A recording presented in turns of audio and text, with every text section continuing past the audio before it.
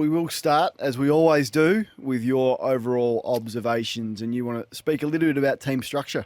Yeah, so just off the back of two teams, and Carlton on the weekend, and off the back of what GWS are doing, largely off the back of Jesse Hogan being the dominant power that he is. And there's a lot of talk off the back of Hogan and what he's doing and what key forwards have done in finals, and their sort of inability to really rip games to shreds in a final series, like we're seeing what Jesse's doing at the moment. So I thought we'll just dive into that part of things before we get into the Carlton conversation. So only once in the last 9 final series has a key forward kicked 10 plus goals, and that was ironically Joe Danaher last year, whose final series, his grand final day, I thought he was superb. Grand final day last year, thought he was superb against Port Adelaide that first final. But he's the only key forward in the last 9 years that's kicked double-figure goals across a final series. And then our rating system has come into play over the last 15 years. So a key forward has been the number 1 rated player on the ground 1 in every 8 home and away games. In a final, that goes to 1 in every 11. Really? But if you go to a prelim or a grand final, which is really where we're trying to measure it up, there's been 43 prelims or grand finals. Only 3 times has the number 1 rated player on the ground been a key forward. Got some names for me? Yeah, Josh Kennedy did it twice.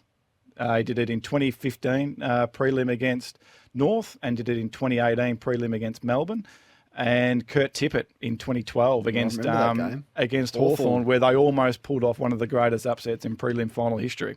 So and he was influential that night. So it's just going to be interesting to see how this piece of the puzzle, not only just for GWS, but what the Dogs are doing as well, with what Sam Darcy's doing at the moment, and Norton and Jamara. Like, I don't know if there's any other team at the moment that sort of has the key forward that is so influential in their matches, other than the Dogs and GWS. I don't know if you agree. Yeah. With I don't. With that or not. Well, certainly not Sydney. Definitely not Port Adelaide. Who else is going to be in the mix? Carlton. Well, Sydney don't. Geelong don't really. I wouldn't classify Cameron as that. Carlton, they're injured at the moment.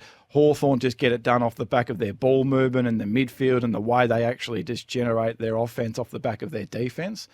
And then it sort of just gets me to the conversation that I really wanted to have with you, and that's Carlton. And forget, I'm not jumping to conclusions off the back of that performance against West Coast. This is a more holistic conversation for the industry around what you do with your magnets and what you do with the list build. So the last 10 premiers, right? They've all ranked top 6 at defending and defending turnover, and then moving the footy from one end of the ground to the other. So that's where everything is coming from, your ability to defend and then your ability to be able to move it.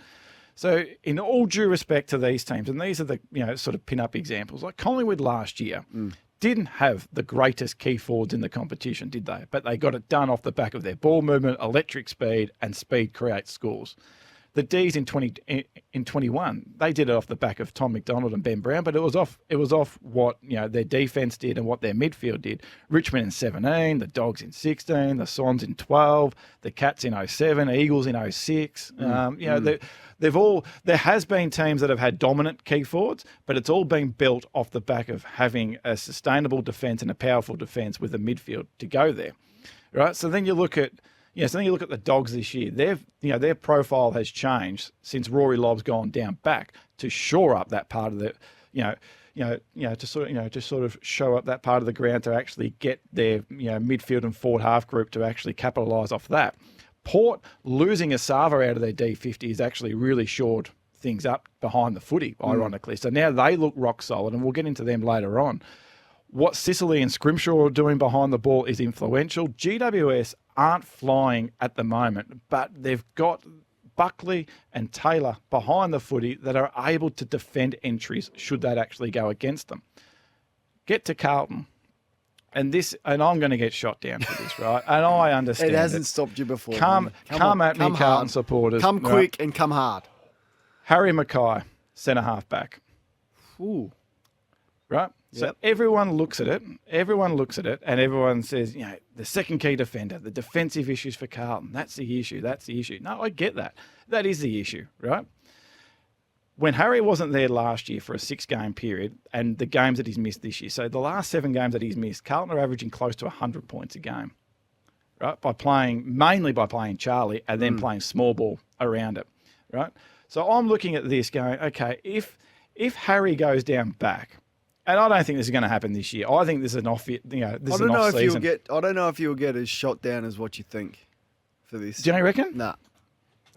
Why is it? So like, I look at him, right, and his field kicking is really strong, right? It's significantly above expectation. He'll have the ability to be that intercept marker. He'll have that ability to be able to defend one-on-one. And then I look at it behind the footy and I go, well, there's Wiedering, there's Mackay, there's McGovern, throw in Sard, throw in Newman. And then all of a sudden I look at that going, does that actually shore it up? Because the chances of going out and finding this piece of the puzzle through a trade period or through a draft, Carlton can't do it through a draft right now. They're in it to win it for the next 2 years, 3 years. How do you have this immediate impact? So I think what I would do, I would leave him forward. I would play him more in the Hogan role and see if Mackay can be Carlton's Hogan. See if he can, he's not as accurate set for shot for goal, which doesn't help, of course. And then I would play Curnow with a lot more freedom. So I would play Curnow like they play Charlie Cameron at Geelong. Get him up the ground. Get him behind the ball if you need to. Put him into a centre bounce like Tom Stewart has done. Play him on the wing. Have some unpredictability. Use his field kicking, which is elite, and it is one of the great weapons that is underutilised in football, and often those kicks are directed towards Harry, and often it is really effective when it's Curnow kicking to Mackay.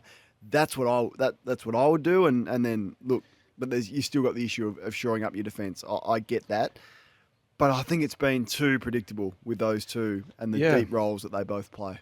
And then, there's a couple of texts coming through around, Ben Mackay and Harry Mackay and the comparison, right? So we haven't seen Harry play behind the footy, but the difference is that Harry will be playing alongside Jacob Wiedering, who will cover and who will help out more than what Ben's got at the moment around him, in all due respect to those players. So he won't have to be the absolute number one key defender. He's there to be the number two, become the elite interceptor, shore up behind the footy, because then Carlton have, I think, pretty much everything else in order.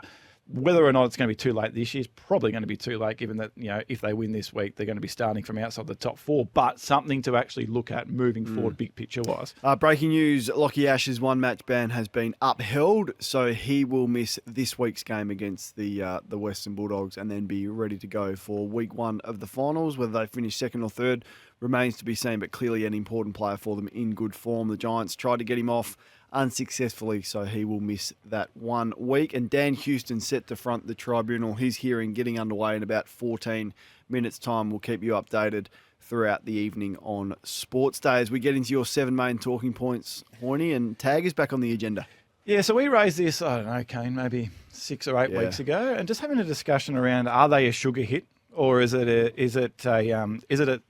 sort of something that you can do over a 30-week campaign? So you look at James Jordan, right? So James Jordan from round 8 to round 15, 16 tagged for 9 weeks in a row, and then had a 5-week period where he didn't tag at all. I'm sitting there going, that's a bit strange. But I'm sitting there going, okay, is this more to give him a bit of a mental, release and sort of just go out there and play footy a little bit? It's a long year to ask you every week to go out and shut down the opposition's most dangerous weapon that we think that they have. So for that 9-week period that he started against Lockie Whitfield in the Battle of the Bridge, whatever they call it. So then for 9 weeks in a row, Sydney go 8-1. They pull the tag off for the next 5 weeks. Sydney go 1-4. They bring the tag back on against Collingwood. They probably got a bit fortunate against Collingwood. They bring it on against Dacos. Then they bring it on against Zach Merritt. He completely shuts Zach Merritt out. Now they're 2-0 again. Right? So you're probably looking at that magnet going, he's back. He's back to being a tagger. If you're a finalist, expect this guy to get another run with player again. Right? So then you see, what Steele Sidebottom's doing at the moment, and I thought his battle with Lachie Neale, on the weekend was actually a cracking battle between the two of them, and he clearly got the winners against Goulden. Chincotta's now dropped away from that, so he's not tagging anymore. Bedford's having that impact, and that would be really interesting to see who he actually goes to this week. And then from Saturday night, right? The Saturday night game, the Geelong v St Kilda game. Sitting there at the second quarter, and for the first time in 6 weeks, Tom Stewart has a absolute direct tag at a centre bounce for the next 3 quarters. He didn't have Liam Stocker in the first quarter. He had Liam Stocker at him from the centre bounce at quarter time for the rest of the game. And in 3 quarters against a team who has struggled to score this year, Geelong conceded 16 goals. Right? So the 6 times that Stewart has had someone next to him this year, they are 0 and 6. From the 14 times he hasn't had someone, they're 12 and 2. They concede 109 points per game when Stewart is tagged, and they concede 70. Do clubs have access to these numbers? Like how? Yeah, no, absolutely. So they have a contact at Champion Data who can give them these numbers? No. Or they do it themselves? Every club's got their own analysts. So they've got this. They've got all this data with them, right? But the thing is... Then how can I watch Tom Stewart run around for a month with no one on him? And this is why it was always going to be a danger game for Geelong, not only just for the potential outcome, but Ross was never going to let this happen. You know how he coaches, right? So you see Mitch Owens go to him in the first quarter, comes in off the centre bounce, trying to do that. Didn't work. Stewart was influential. No, we're throwing that in the bin. You're following this bloke for the next 3 quarters. Stewart has 12 touches in 3 quarters, and Geelong look vulnerable again. Not that hard, is it? It shouldn't be. So now if I'm Chris, I'm looking at going, geez, we almost got away with this before a final series, but we haven't now. So what's going to actually happen? Yeah, it's probably not going to happen against West Coast this week, but what's going to happen in the final series? And just the other one I want to put out there with taggers, just watch this for the next, potentially next week and what Geelong do in a final series. O'Shea Mullen went to Brad Hill for the whole game on the weekend, and Brad Hill had no impact. I think he had 8 or 10 disposals, right? Just watch that as the potential left field right at the end of the season. We're going to pull this guy from nowhere. He's going to play in the finals campaign to be our Toby Bedford, to be our James Jordan, because we're going to have to take away something from the opposition with the lack of talent that we've got to compete. We're going to throw this magnet at you and actually throw something that you haven't actually really planned for or haven't seen too much this year. So it's just an interesting one. Very interesting things to put on the agenda ahead of the finals in relation to the Cats. What about the Saints? How have they turned things around? Yeah, so we've spoken about, and Joey's shown some really good vision on AFL 360 at times this year as well. Just the Saints' ability to be able to move the ball from one end of the ground to the other and be able to score off the back of that has not been the issue. The issue has been their connection going inside 50, and that's sort of changed over the last 4 to 6 weeks. But now across the whole season, they are the number 1 scoring team from defensive half ball movement. No one else is scoring more off that. And Geelong and the competition got to experience that firsthand. They got to get their uncontested marking game going in the second half, 70 uncontested marks in a half. When they won the ball back across that half-back area, that pure counter-punch area, they won it back 13 times. They scored 8 times. No one's ever had a strike rate that good ever in a game of footy before. 8 from 13. It was unbelievable ball movement. The reason why I wanted to put this in there is because this is the opposite to what Carlton want this week. Carlton are in trouble this week. I couldn't agree more. Big trouble. Could not agree more. The contrast between what St Kilda want to dish up and what Carlton want to dish up to get the result of that, it could not be further apart. So St Kilda don't get that game in the first half. Geelong shut them down. They shut down their uncontested marking game. They create stoppages. They make it a grind. St Kilda have the speed. We know that. That's what they keep talking about. That is their point of difference. They then get the footy on the outside by breaking even at clearance, get it on the outside, and then they can use their speed. If you're a Carlton supporter, think back to that first, not the second half, the first half against Hawthorn, right, where the game was dead. That's how Hawthorn got you. Hawthorn got you by not implementing a stoppage game, by implementing a marking game and getting the footy to the outside. One person that I just want to throw up as a watch this week, as a huge watch this week, if you're a Carlton supporter, is what Mark Pitnet is going to do against Rowan Marshall. So a couple of weeks ago, we spoke about the rucks, Kane, that are influencing the game at stoppage and the rucks that are influencing the game in general play. There's no ruck that influences the game more at stoppage than what Pitnet does.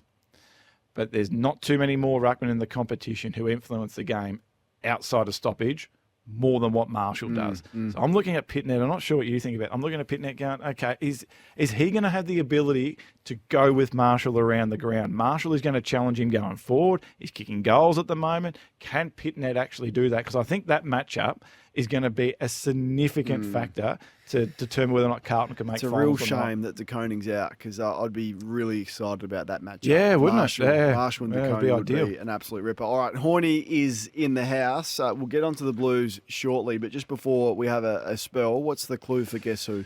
So the clue for Guess who has the best shot at goal rating in the competition? Which individual has the best shot at goal kick rating in the competition? Is this set shot on the run, snap, everything? Every shot. Who has the best and who has the worst? The best plays for a top 4 team.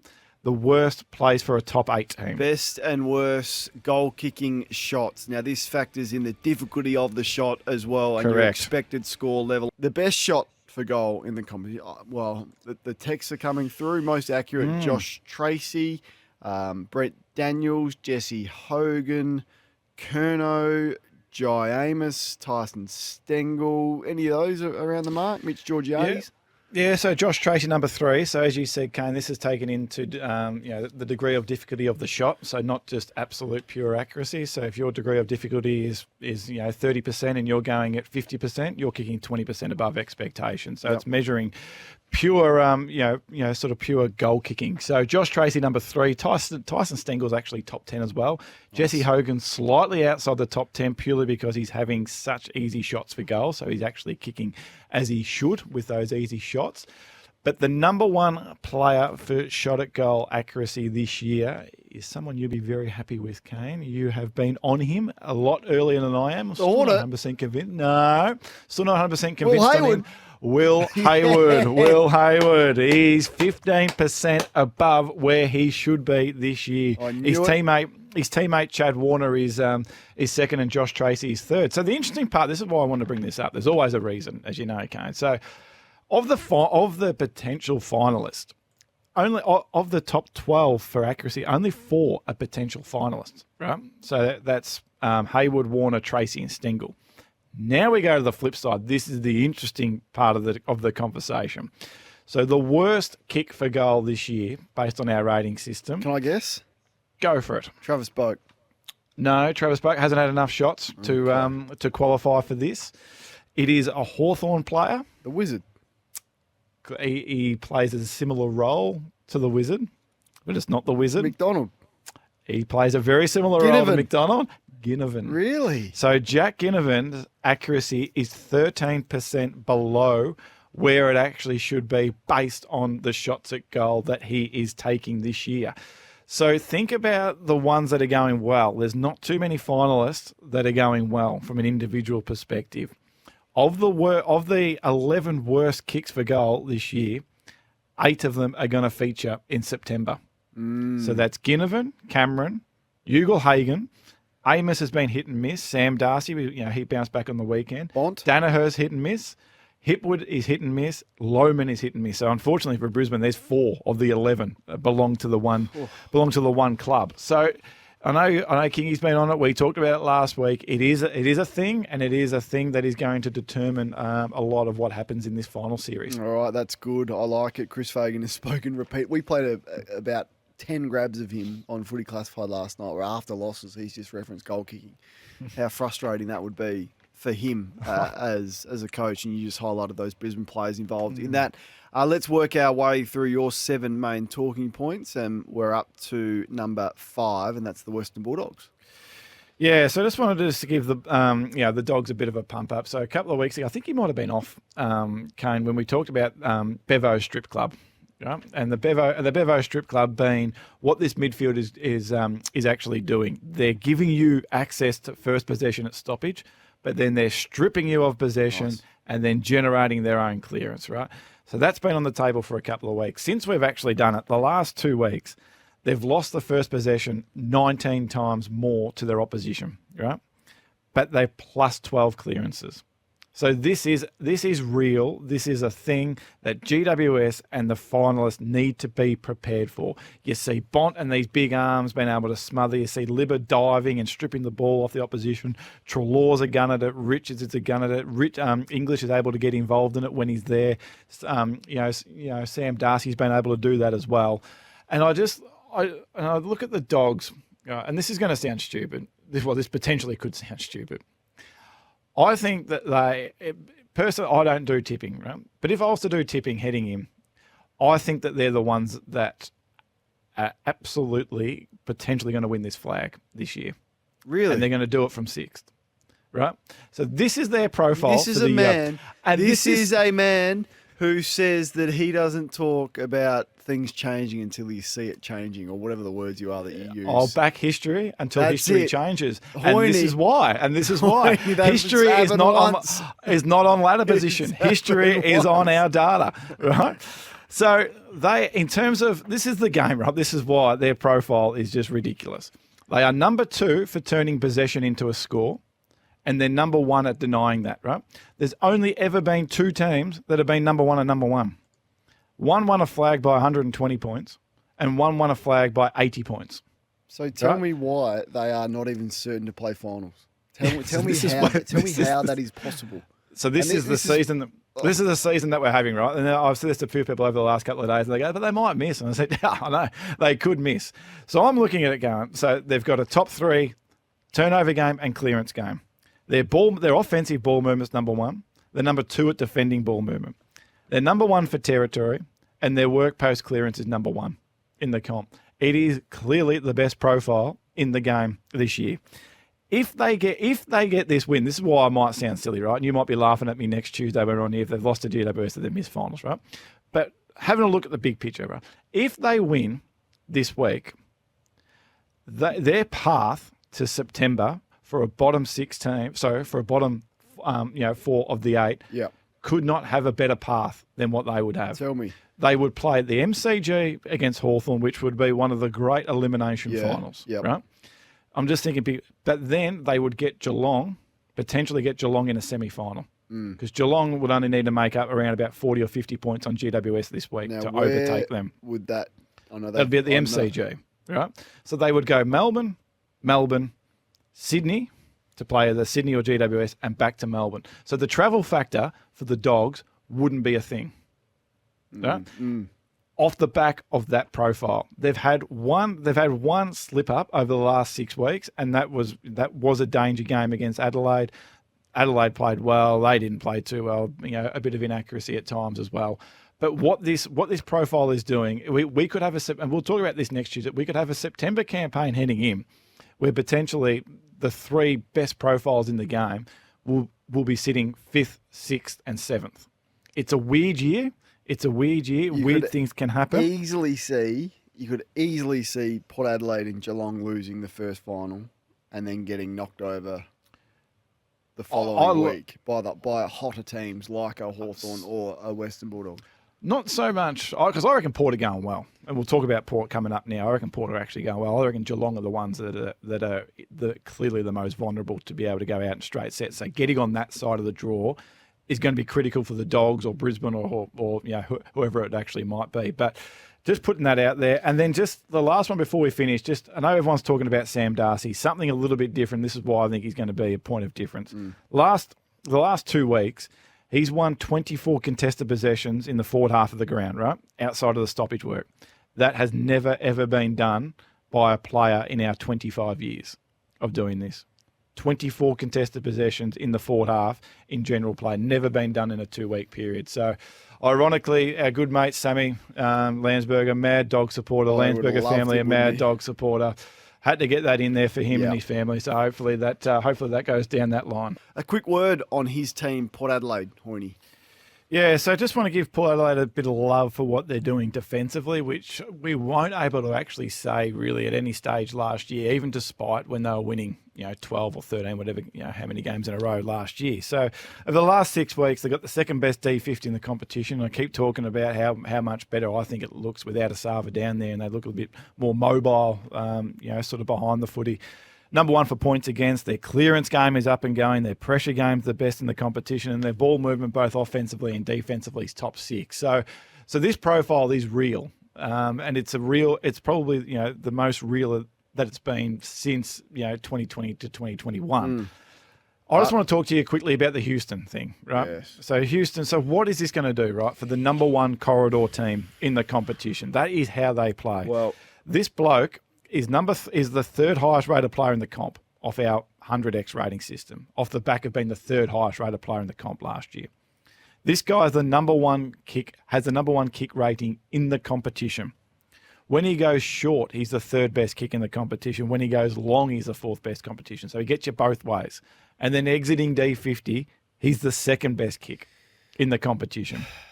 So how do you replace that? What happens, Hoyney? You know when you go to buy the Jats crackers at the supermarket, and you want the want the Jats version, but you get the Ritz version. You get the poor man's. It's a bit softer than the Ritz, the poor man's Jats, and they look the same. You open them up and they look the same, but they're not the same. The Ritz is very much a poor man's version of the Jats. So Ryan Burton goes back. Yep. And he's the Ritz version of the Jats, which is Dan Houston. Georgiades comes back and plays the Ryan Burton role, who played forward in the showdown. And, great inclusion. He's been their most dangerous forward. Don't think they'll pull the trigger on him this weekend, but he'll certainly be right to go for the first final. Perhaps Todd Marshall plays that role this week after that concussion. That's what will happen. Burton at his best, very good. Burton at his worst, horrible. So which Ryan Burton are you going to get? Who knows? But it's not going to be the Dan Houston version. Are you worried for him now because of this omission? Well, where do you sit on him? Because I know that you haven't really been a believer. Yeah, I've kind of always been worried about them because I just look at their forward line and I go, Dixon's on one leg, Asava's providing a contest, but he's unable to accurately kick a set shot even if he does mark it, so it's not ideal. I think they're heavily reliant on Willie Rioli and what sort of version you get from him. He's excellent when he's at his best, but can go largely missing.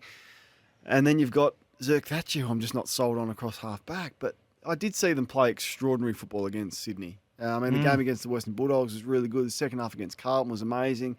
Thought they definitely did enough against Adelaide, and I just think their midfield is extraordinary. And if they go deep, it'll be as a result of what is probably the deepest midfield in it right now.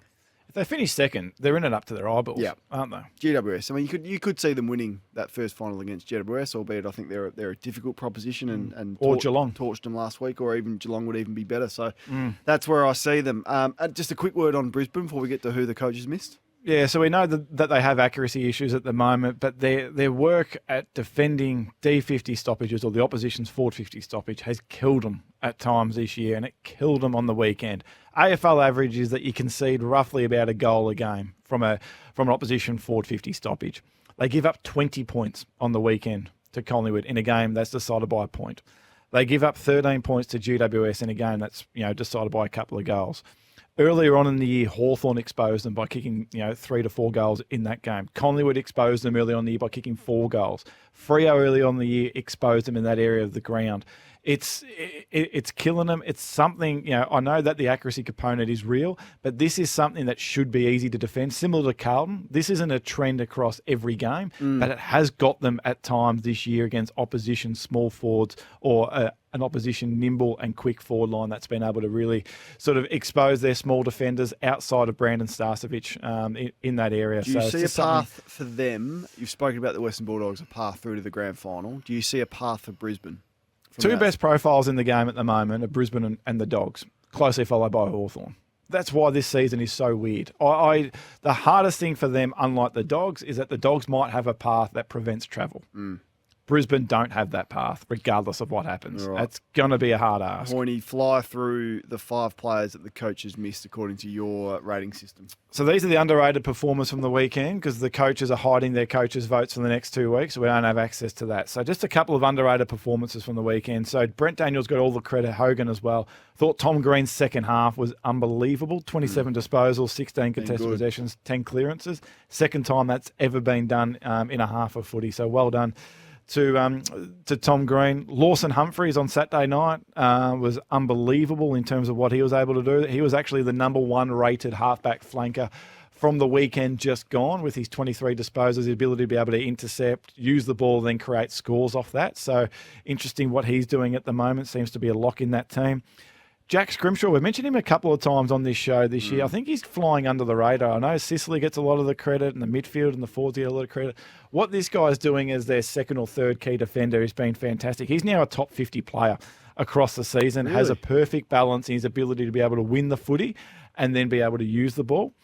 Keep an eye on a bloke from Sydney, Matty Roberts.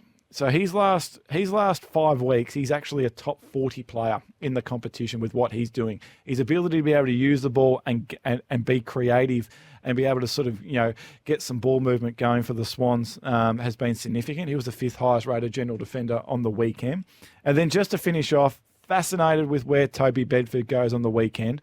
Ed Richards was the 4th highest rated player of any player across the competition on the weekend, albeit against North. Understand that. Keep in mind, Sydney recognised this bloke and sent James Jordan to him before he got concussed, and he had James Jordan had him under wraps. I would have thought Bedford probably goes to a Treloar, but just have a look at what they do with Ed Richards, because he's absolutely flying at the moment as well. All right, we'll definitely be keeping a close eye on that. Who's the most damaging player for the round?